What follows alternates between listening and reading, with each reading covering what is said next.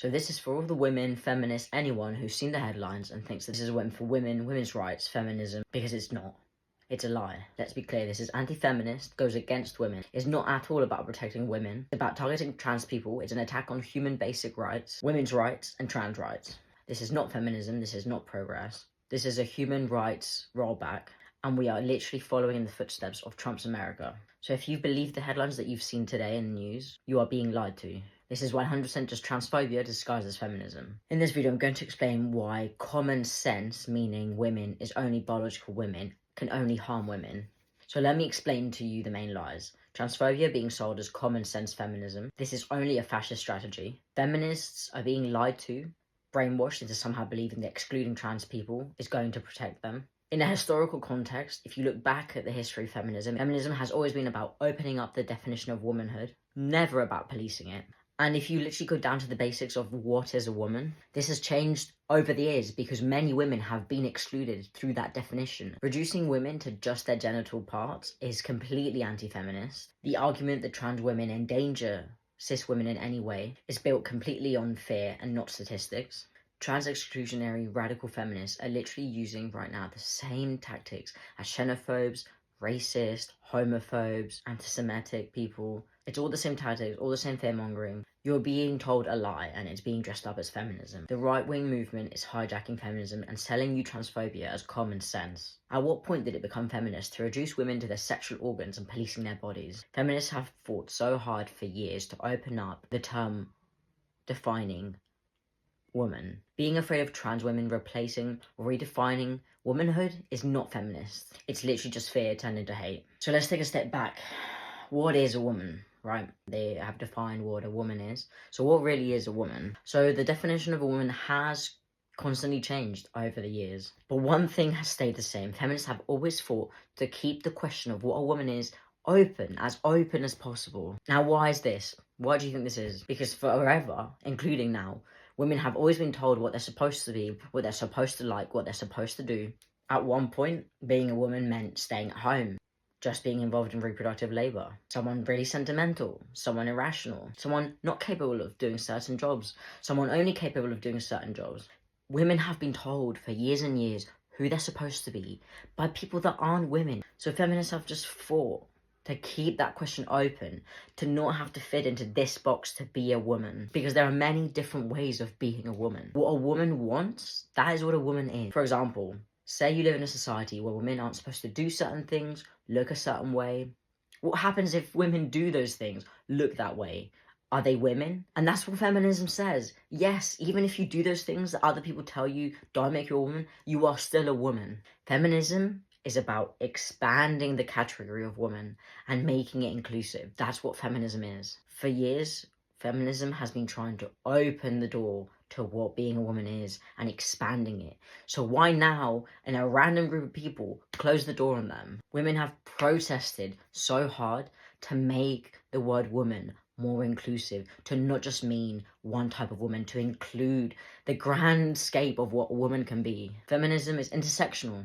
There's all types of feminism, and they're all the same. It's all feminism. Now, one of the key things that I've heard from trans-exclusionary radical feminists is that they're afraid of being replaced, being violated, the definition of womanhood appropriated. You've got to realize that this fear is turning into discrimination and hatred against trans people. This is not only about demonizing trans women, it's also calling trans men self-hating lesbian. These trans-exclusionary radical feminists think that lesbians are being eradicated.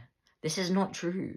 We make such a small percent of the population, trans people. Again, it's just lies based on fear. None of it's based on fact. And there's a good chance that a lot of these trans-exclusionary feminists have just either misunderstood what trans is or just choosing to be ignorant against it. So the category of woman, like the category of man, is something that is constantly changing.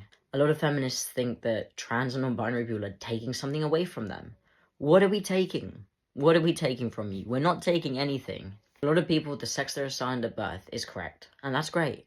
But for some people, it just isn't. Some people, it's very fundamental that this was never right for me. For a lot of people, staying in that category that isn't right for them is unlivable. There's not a way that they can keep on living. So why wouldn't we respect that? If someone says, I'm doing this, but this is unlivable for me, but I can do this, and this feels correct, and this feels right, and this makes me happy. Why wouldn't we respect that? Why would you want to deprive someone from a livable life? If we aren't cruel people, we just accept what they tell us. Why wouldn't we? That is our choice. However, with gender, people don't choose their gender. People don't choose how they're going to feel when they're assigned that. So many people making big decisions around trans people who aren't trans without even talking to any trans people. Let's talk about the reality of the situation. Who's actually at risk here? This is not going to make women safer, because all trans people are trying to do, they're not trying to erase womanhood. We're just trying to live our lives, yeah. We're just trying to be us, and we want to be seen as us, respected as us, have the same rights as everyone else does. That's it. Now, there is much more risk of putting a trans woman in a male space. Much more risk for that trans woman than there is putting a trans woman in a female space for those cis women. Currently, trans people are just scapegoats for society's failures, just like other minorities have been in the past.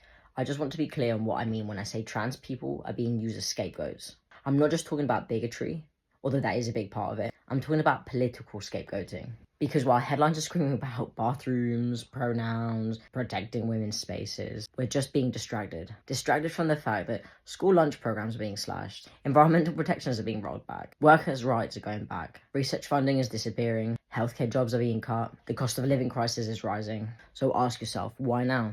Why is the moral panic so focused on trans people, just as the government are making life harder for almost everyone? It's not just hate, it's a strategy. Transphobia is a smokescreen, and calling yourself a feminist while helping fan that smoke, that's not liberation. That's just playing right into the hands of the very systems that feminism is supposed to fight. This is history repeating itself over and over and over, just in slightly different ways with different minorities. I don't think I mentioned this in the main video I filmed, but the biggest mess up and thing that doesn't make sense in all of this is that this is supposed to be to protect women, right? Whereas now, trans people have to go to the toilet that aligns with their biological sex assigned at birth. Not only does that put trans men in women's spaces, it now means that how are you going to know if a cis man is in there or not? Because he can just say, oh, no, I'm trans. And secondly, if this now gives the government the right to police trans women's bodies, what do you think is going to happen with cis women?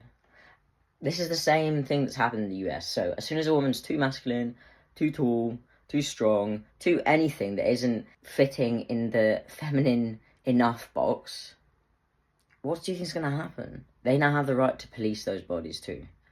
In what way does this protect women in any way? This is not going to make women safer. This is going to hurt us all. This is just there to demonize trans people. Trans people just want to live, exist with dignity, and not erase anyone. We just want to survive.